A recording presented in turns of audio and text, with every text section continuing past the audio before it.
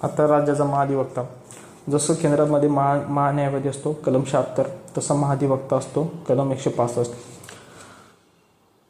कलम 165 मध्ये काय दिलं आहे, राज्याचा महाधिवक्त्याची काय केलेली तरतूद केलेली आहे, ते राज्याचे सर्वोच्च कायदा अधिकारी असतात, म्हणजे हायेस्ट लॉ ऑफिसर, म्हणजे सर्वोच्च विधी अधिकारी. जसं महान्यायवादी असतात केंद्राचे सर्वोच्च विधी अधिकारी किंवा सर्वोच्च कायदा अधिकारी, तसं. त्याच्यानंतर ही झाली कलम 165 मध्ये त्याची काय असतं, त्याची तरतूद दिलेली आहे. त्याच्यातच काय दिलं आहे, राष्ट्रपतीची नेमणूक आणि अर्हता. आता नेमणूक कोण करतो, महाधिवक्त्याची नेमणूक राज्यपालामार्फत केली जाते. राज्यपाल काय करतो, महाधिवक्त्याची काय करतो, नेमणूक करतो. आणि अर्हता काय, उच्च न्यायालयाच्या न्यायाधीश म्हणून नेमणूक होण्यास अर्हता असलेल्या व्यक्तीची महाधिवक्ता म्हणून नेमणूक केली जाते. म्हणजे जो उच्च न्यायालयाचा न्यायाधीश बनू शकतो त्यासली व्यक्ती ती महाधिवक्ता म्हणून काम करते. जसं महान्यायवादी असतो त्याला सर्वोच्च न्यायालयाच्या न्यायाधीशाची नेमणूक होण्यास पात्रता असते, तो महान्यायवादी बनतो, तसं. त्याच्यानंतर पदावधी आणि त्याचे परिश्रमिक म्हणजे त्याचे पगार वगैरे. राज्यपालाची मर्जी असेपर्यंत ते पद धारण करतात, म्हणजे ते राज्यपालाच्या मर्जीने पद धारण करतात. म्हणजे त्यांना केव्हाही पदावरून दूर केले जाते, केव्हाही त्यांना राजीनामा देण्यास सांगू शकतात. राज्यपाल राजीनामा कोणाला देतो, महाधिवक्ता राजीनामा कोणाला देतो, राज्यपालाला देतो. ठीक आहे, म्हणजे ती राज्यपालाची काय असते, मर्जी असते. पण असा संकेत पाळला जातो की राजीनामा जर दिल्यास किंवा मंत्रिमंडळ बदलल्यास तर महाधिवक्तासुद्धा आपला पदाचा राजीनामा देतात. म्हणजे असं आहे की जोपर्यंत मंत्रिमंडळ आहे तोपर्यंत महाधिवक्ता काय असतो, काम करत असतो, म्हणजे 5 वर्ष. आता जनरली असं असतं की महाधिवक्त्याची नेमणूक करायची कोण करतो, राज्यपाल करतो, पण तो कोणाचा सल्ला असतो, तो असतो मुख्यमंत्र्याचा सल्ला. त्यामुळं म्हणजे ते काय असतात जोपर्यंत मंत्रिमंडळ असतं तोपर्यंत ते काय करतात, काम करतात. ठीक आहे, म्हणजे मंत्रिमंडळाच्या सल्ल्यानुसारच त्यांची काय झालेली असते नेमणूक. त्याच्यामुळं काय असतात ते महाधिवक्ता आपला पदाचा राजीनामा मंत्रिमंडळ जर बदललं तर देतात. महाधिवक्ता यांचा पगार व भत्ते निश्चित केलेले नाही, ते राज्यपाल निर्धारित करतात. महान्यायवाद्याचा राष्ट्रपती निर्धारित करतात, महाधिवक्ताचा राज्यपाल निर्धारित करतात. त्याच्यानंतर कर्तव्य आणि कार्य.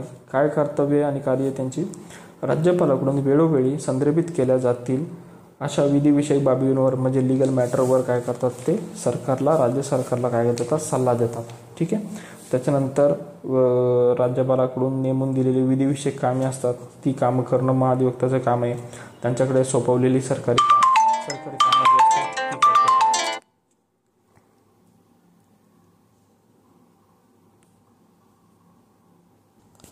त्याच्यानंतर अधिकार काय असतात त्यांचे, त्यांना राज्याच्या राज्यक्षेत्रात सर्व न्यायालयांमध्ये सुनावणीचा ऐकून घेण्याचा अधिकार असतो, म्हणजे राईट ऑफ ऑडियन्स.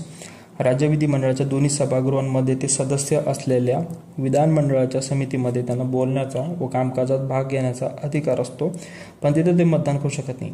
म्हणजे राज्याचं जे विधिमंडळ असतं किंवा काय असतं, एक विधानसभा असतं आणि एक असतं विधान परिषद, तिथं ते काय करू शकतात, त्यांच्या ह्याच्यामध्ये कामकाजात भाग घेऊ शकतात, तिथं बोलू शकतात, तिथं कामकाज घेऊ शकतात, पण त्यांना तिथं मतदान करण्याचा हक्क नसतो. त्यांना इतर सदस्याप्रमाणे विशेष अधिकार असतात, संरक्षण असतात. महाधिवक्ता हे राज्य कॅबिनेटचे सदस्य नसतात. ठीक आहे, राज्य कॅबिनेट जे असतं तिथं काय असतात, ते सदस्य नसतात. महाधिवक्ता हे राज्य सरकारचे पूर्णकालीन वकील नाही आहे, म्हणजे ते वकील नाही आहे, ते राज्य सरकारचे, ते सरकारी सेवक गटात मोडत नाही. आता सरकारी सेवक नाही म्हणून त्याला खाजगी वकिली करण्यास प्रतिबंधित करण्यात आले नाही, म्हणून तो खाजगी वकिली करू शकतो. सेम जसं महान्यायवादीचं आहे तसंच महाधिवक्त्याच्या रिलेटेड येतं. याच्यामध्ये फक्त काय, कलम 165 मध्ये महाधिवक्ता असतो, सर्वोच्च कायदा अधिकारी, सर्वोच्च विधी अधिकारी. नेमणूक कोण करतो, महाधिवक्त्याचे राज्यपाल. अर्हता काय असते, उच्च न्यायालयाचा न्यायाधीश म्हणून त्याची अर्हता असते. पदावधी राष्ट्रपतीची मर्जी असेपर्यंत केव्हाही दूर करू शकतात. महाधिवक्ता राजीनामा कोणाला देतो, राज्यपालाला देतो. त्याच्यानंतर सहसा असं मानलं जातं की महाधिवक्ता मंत्रिमंडळ तोपर्यंत त्याचं काम करतो. त्याचे पगार कोण ठरवतो, राज्यपाल ठरवतो. कर्तव्य कार्य काय त्याचे, राज्यपाल जे सांगेल ते, लिगल मॅटरमध्ये, विधिविषयक मॅटरमध्ये. त्याच्यानंतर अधिकार काय दिलेले त्याला, राईट ऑफ ऑडियन्सचा, दोन्ही सभागृहामध्ये बोलण्याचा, कामकाजात भाग घेण्याचा अधिकार आहे, पण तिथं मतदान करण्याचा अधिकार नाही आहे. राज्य कॅबिनेटचे सदस्य नसतात, कारण त्यासाठी एक वेगळा मंत्री असतो, कायदा मंत्री. त्याच्यानंतर ते पूर्णपणे वकील नाही आहे. त्याच्यानंतर ते सरकारी सेवक पण नाही आहे. सरकारी सेवक म्हणजे त्याला परमनंट जॉब नाही आहे. त्याच्यानंतर खाजगी वकिली करण्यापासून त्याला प्रतिबंधित केलेले नाही आहे, म्हणजे महाधिवक्ता.